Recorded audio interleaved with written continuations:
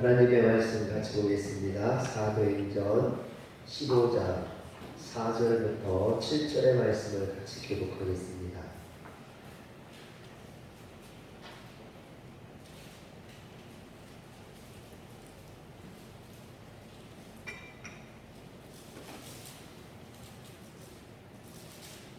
제가 갖고 있는 성경은 신약성경 213면에 나와 있습니다. 사도행전 15장 4절부터 7절의 말씀을 같이 교독합니다.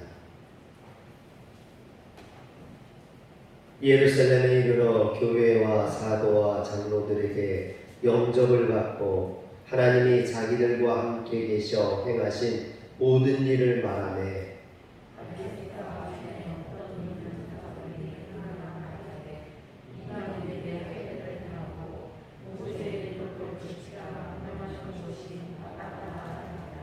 아멘. 할렐루야. 때로는 이렇게 부모가 말하는 것보다 다른 사람이 말하는 것을 더 잘 들을 때가 있어요. 저희 사야도 제가 말하면 좀 반항을 하거든요. 그런데 초등학교 때 배구를 좀 배웠는데 배구 선생님이 얘기하면요, 한마디 또 시도한다고 그대로 네 하고 순종을 하는 거예요. 그래서 제가 깜짝 놀랐어요. 아니 저 녀석은 아빠가 얘기하는데 말도 안 들으면서 배구 선생님이 얘기하니까 꼼짝없이 듣네 그러는 거예요. 여러분, 때로 그런 경우가 있죠. 그런데 진짜 우리가 말을 들어야 될 게 누구일까? 우리가 순종해야 될 사람이 누구일까를 잘 생각해 보면요, 사실 가장 가까운 부모님, 또 가장 가까운 목회자 또는 선생님, 이런 사람들의 말이 사실 잔소리처럼 들리지만 가장 중요한 말이기도 합니다. 디아야, 너도 아빠의 말을 참 잘 들어야 되는데 그 자리가 네 자리야. 장로님 바로 뒷자리. 거기를 잘 지키고 거기를 잘 지키는 게 너의 사명이야. 그러니까 졸지 말고 앞자리에서 하나님의 말씀을 잘 들을 수 있어야 돼. 바울과 바나바가 제1차 전도 여행을 마치고 돌아와서 그들을 인도해 주신 그 하나님의 은혜에 대해서 간증을 하게 됩니다. 그래서 안디옥 교회 성도들이 기쁨으로 충만하게 되죠. 그런데 어느 날 느닷없이 예루살렘에서 내려왔다는 유대인들이 나타나서 이방인들도 유대인들처럼 할례를 받아야 구원받을 수 있다라고 가르침으로 인해서 교회에 대혼란이 야기되었습니다. 이에 바울과 바나바는 할례가 구원을 위한 절대 조건이 될 수 없다라고 그들과 맞서 싸웠죠. 그런데 예루살렘에서 내려온 유대인들의 주장과 바울과 바나바의 주장 사이에서 이 안디옥 교회 성도들이 혼란함을 느끼는 거예요. 누구의 말이 맞는지, 어떤 게 맞는지 혼란함을 느끼는 겁니다. 그렇다면 여러분, 안디옥 교회 성도들은 자신들의 목회자였고 또 자신들이 존경하고 사랑하는 바울과 바나바의 말을 들어야 마땅한 거죠. 그런데 바울과 바나바의 말을 듣지 않았다라는 겁니다. 그래서 그들은 이 할례 문제에 관해서만큼은 바울과 바나바의 말을 전적으로 수용하기를 꺼려했다라는 거죠. 이처럼 안디옥 교회 성도들이 왜 바울과 바나바의 말을 신뢰하지 못하고 꺼려했느냐? 그것은요, 이 문제가 대단히 중요하다고 생각했던 겁니다. 왜냐하면 만약 바울과 바나바의 주장이 틀리고 예루살렘에서 내려온 유대인들의 주장이 맞다면 할례 받지 않은 자신들은 아무리 열심히 교회를 다녀도 구원받을 수 없게 되기 때문이죠. 이것을 염두했기 때문에 이 문제를 확실하게 결론 내리기 위해서 그래서 예루살렘에 있는 사도들과 장로들에게 이 문제를 해결해 줄 것을 요청하게 되는 겁니다. 그런데 이것은 예루살렘에 있는 사도들과 장로들이 할례 문제에 대해서 어떠한 결론을 내리든지 우리는 그 결론에 순종하겠다, 이런 뜻이에요. 여러분, 바울과 바나바의 권위를 인정하지 않고 그들의 말에 순종하지 않았던 이 안디옥 교회 성도들이 오히려 한 번도 본 적이 없는 예루살렘에 있는 사도들과 장로들의 그들의 말에는 순종하겠다. 그들의 말에, 그들의 권위에 순종하겠다라고 이야기하는 거예요. 여러분, 아까 얘기했잖아요. 사야가 제 말을 안 듣고 선생님 말만 듣는다고. 여러분, 그것처럼 이 안디옥 교회 성도들도 마찬가지였던 것이죠. 그러면 여러분, 이렇다고 한다면 바울과 바나바는 사실 속상할 수 있잖아요. 마음 상할 수 있습니다. 정말로 얼마나 마음이 상하고 씁쓸하겠습니까? 그럼에도 불구하고 바울과 바나바는 그것을 마음에 담아두지 않았다라는 거예요. 그런 서운함이나 또는 기분 나쁜 것이나 이런 것들을 마음에 담아놨다면 여러분, 그가 사람들을 만났을 때 그것들을 말하게 되고 불평하게 되고 원망하게 되고, 여러분, 교회가 참 신기해요. 한 사람이 불평하고 불만을 말하기 시작하면요, 금방 교회가 병들어요. 근데 한 사람이 막 은혜 받고 은혜를 이야기하기 시작하면요, 교회가 금방 뜨거워지기 시작해요. 사랑하는 성도 여러분, 여러분들이 불평을 전하는 어떤 문제를 만드는 그런 사람이 아니라 정말로 여러분들이 은혜를 전하는 그런 평화의 메이커가 되시길 주의 이름으로 축원합니다. 저는 목회하면서 제 마음속에 다짐한 게 하나가 있어요. 그건 뭐냐면요, 제가 보면은요, 가끔 서운해하는 걸 제가 느끼는 거예요. 성도님들이 어떤 행동을 했을 때 내가 너무 서운한 거예요. 근데 그것을 마음에 담아두면 그 사람을 다음에 볼 때 불편해지는 거예요. 그래서 내가 절대로 성도님들에 대해서 어떠한 일에도 서운해하지 말자, 그걸 결심을 했어요. 그래서 성도님들이 때로 저에게 안 좋은 말을 할 때도 또는 불평을 할 때도 그걸 가지고 내가 서운해하지 않으려고 해요. 그리고 그것을 문제를 가지고 늘 하나님 앞에 기도하려고 노력을 합니다. 사랑하는 성도 여러분, 사람들이 살아가다 보면 어떻게 내 마음에 꼭 들 수가 있겠어요? 남편도 마음에 안 들 때가 있는데, 여러분, 자식들도 마음에 안 들 때가 있는데, 내 속에서 나온 내 자식도 내 마음에 안 들 때가 있는데 어떻게 마음에 다 들겠습니까? 여러분들이 혹시 목회자가 마음에 안 들거나 또는 성도들 중에 누군가 나를 속상하게 한다면 그것을 마음에 담아두지 마세요. 여러분, 그것을 하나님 앞에 다 내려보내시고 여러분들의 마음 속에는 은혜와 성령만 충만하게 가득 담으시길 주의 이름으로 축원합니다. 에어컨이 춥대요. 그쪽을 좀 꺼주세요. 여러분, 은혜만 우리 안에 있어야 돼요. 원망과 불평과 미움은 여러분들 안에서 제하시길 주의 이름으로 축원합니다. 그리고 예루살렘에 이 바울과 바나바가 도착했어요. 그랬더니 사도와 장로들이 그들을 영접하고 예루살렘 교회 안에서 이제 안디옥 교회에서 목회했던 것과 전도 여행을 했던 것들에 대해서 보고를 하게 됩니다.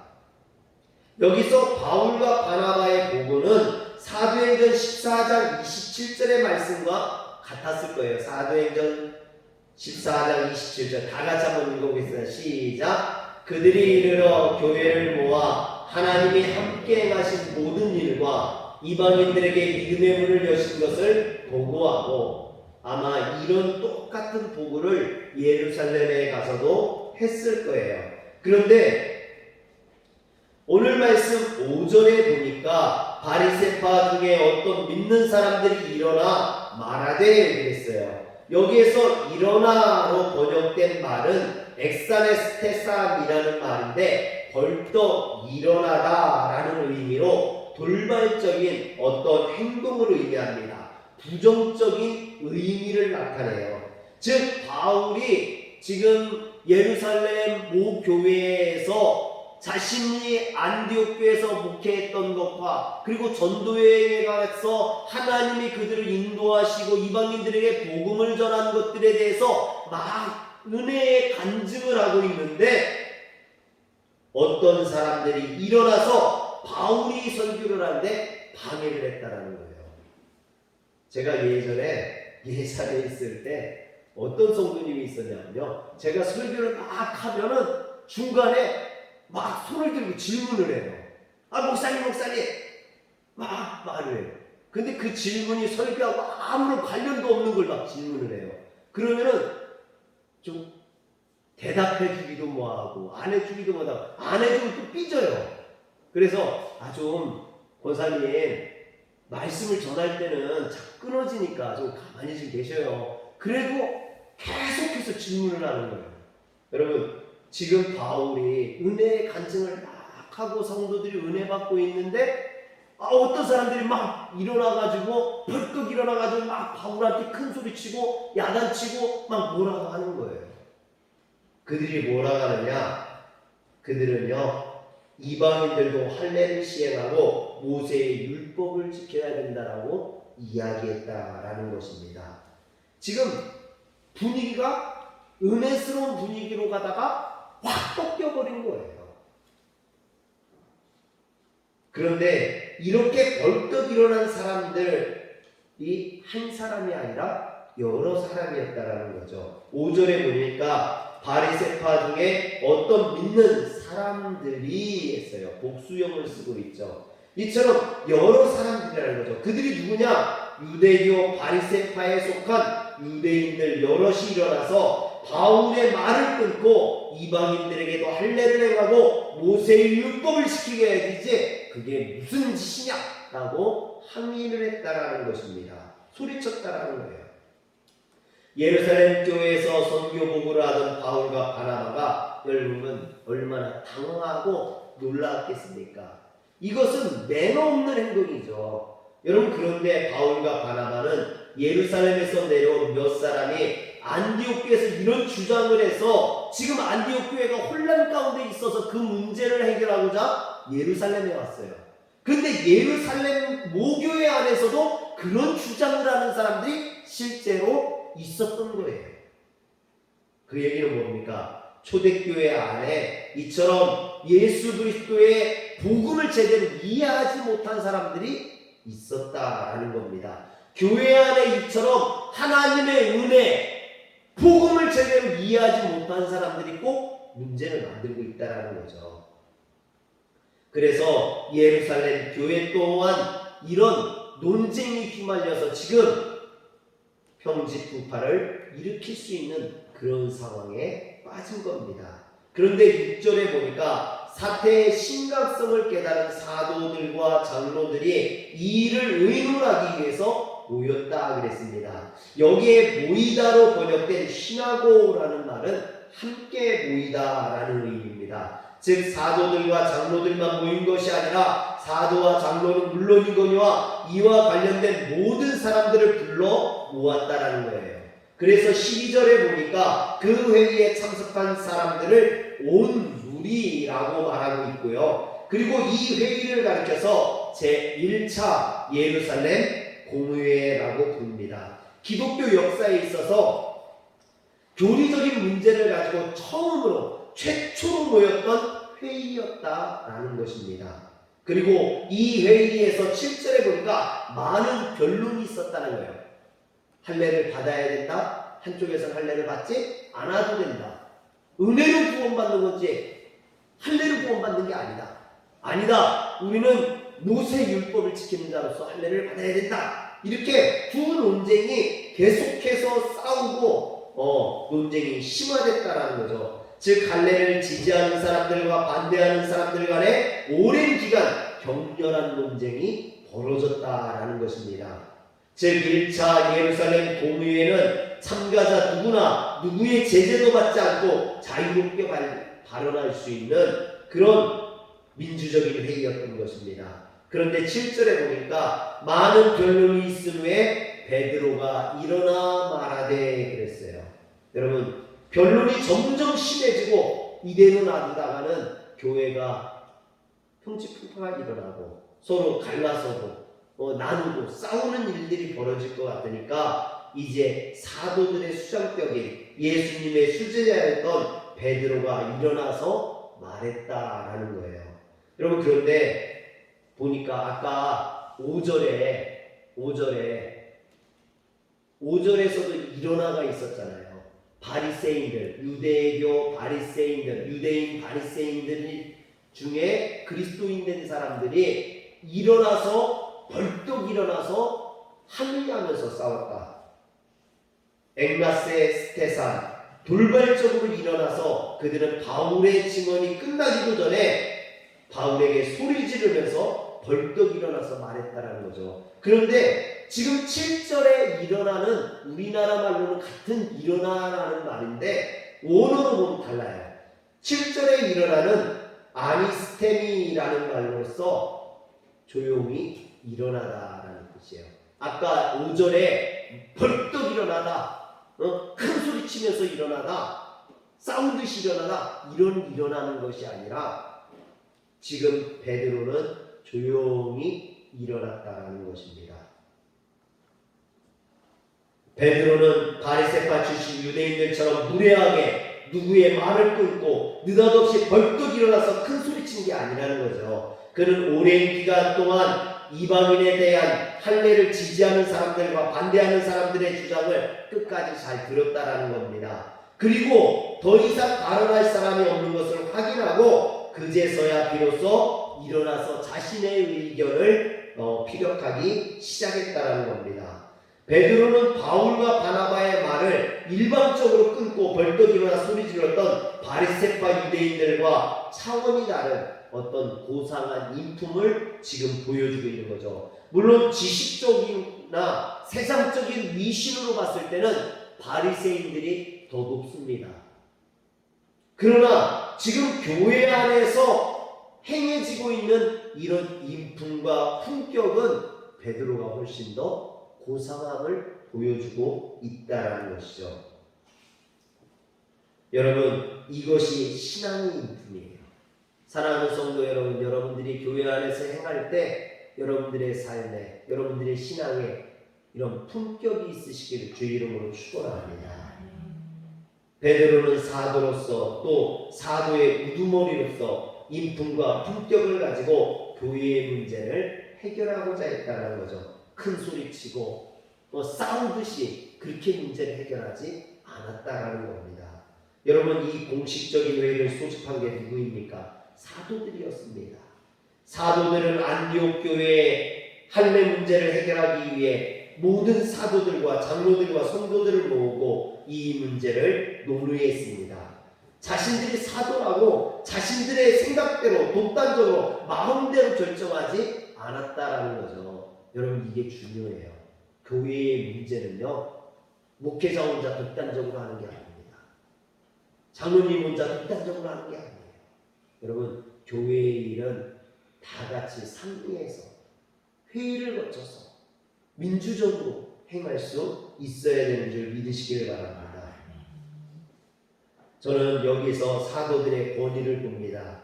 이런 베드로의 신앙의 품격이 그를 사도의 우두머리를 만들지 않았나 생각합니다. 그래서 교회나 가정에는요, 이런 품격 있는 어른이 필요해요. 사랑하는 성도 여러분, 가정에도요, 어른이 있어야 돼요. 여러분, 사회에도 어른이 있어야 돼요. 어른이 없으면요, 중구난방 난잡하게 돼요. 질서가 없게 돼요. 교회도 마찬가지입니다. 이런 품격을 가진 어른이 있을 때 그 교회가 평안하게 되는 거예요. 만약 이런 사도들이 없었다면 어떻게 되었을까요? 교회는 할례 문제를 가지고 계속해서 서로 싸우다가 결국은 교회가 갈라지고 나누어지고 말았을 것입니다. 아마 예루살렘 공회도 열리지 않았을 겁니다. 설령 열린다 하더라도 서로의 의견만 주장하느라 결론을 내지 못하고 서로 이 바리새인들처럼 얼굴을 붉히고 큰 소리 지르고 서로 싸우려고 드는 이런 사람들로 인해서 교회가 은혜의 교회가 아니라 싸우는 교회가 되어버리고 말았을 거예요.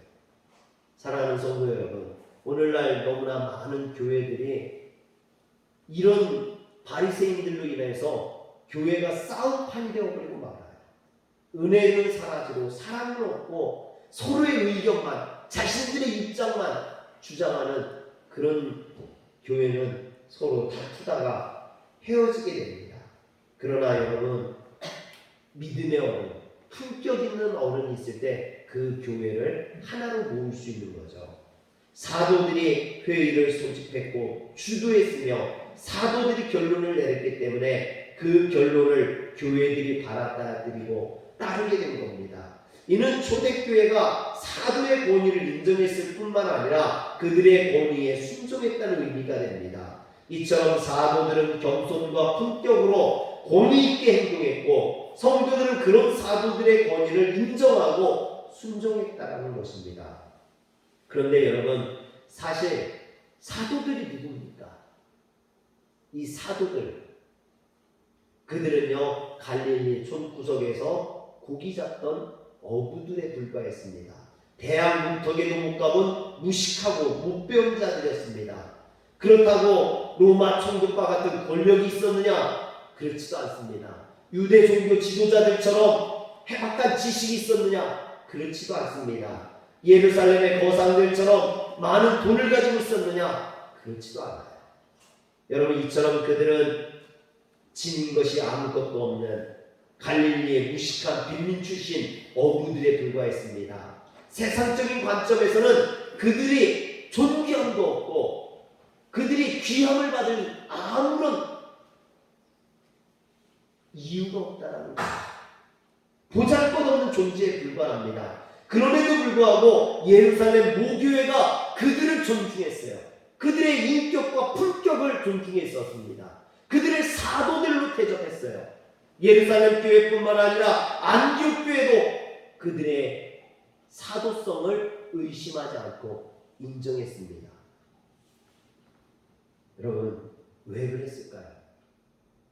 도대체 갈릴리 촌구석에서 어부 출신, 돈도 없고 권력도 없고 지식도 없는 그들이 어떻게 이렇게 사람들에게 존경받는 품위 있는 권위 있는 사도가 될 수 있었느냐라는 거죠. 여러분, 그건 단 하나입니다. 여러분, 사도행전 1장에 보면 예수님의 12제자 중에 가룟 유다가 자살함으로 12명의 사도가 11명이 되죠. 그래서 사도 한 명을 보선하게 됩니다. 이때 보선할 사도의 조건을 말해요. 사도행전 1장 21절과 22절 저하고 한 절씩 읽겠습니다. 이러함으로 요한의 세례로부터 우리 가운데 올려져 가신 날까지 주 예수께서 우리 가운데 출입하실 때에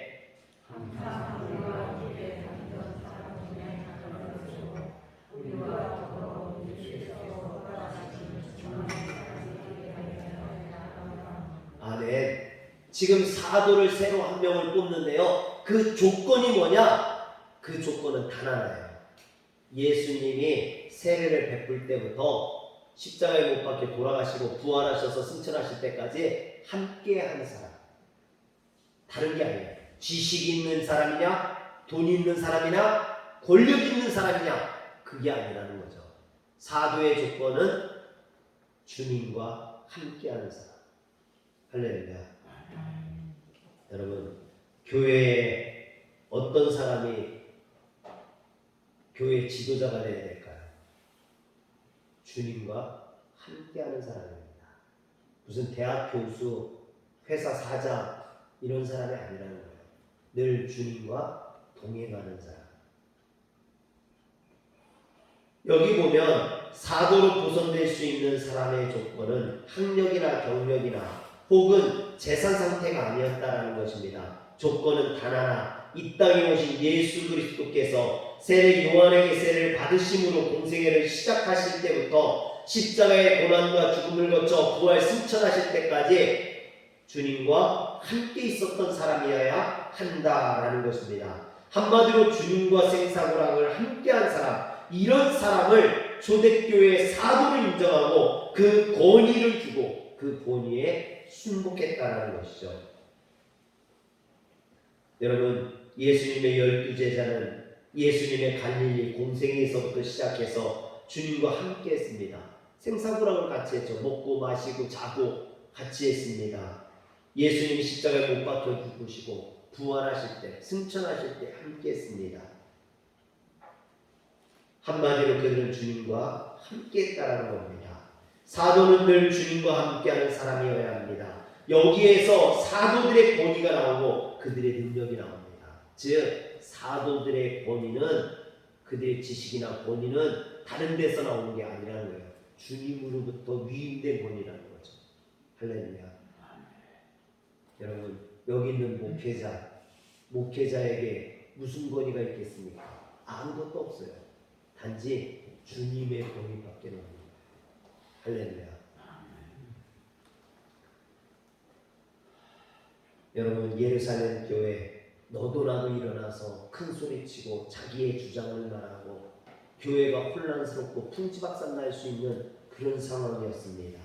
그런데 베드로가 조용히 일어나서 그것을 정리합니다. 품격을 가지고, 권위를 가지고. 그런데 그 권위는 이 갈릴리 어부 출신 베드로에게 나올 만한 권위가 아닌 거죠. 바로 주님으로부터 오는 권위, 주님과 함께함으로 오는 권위.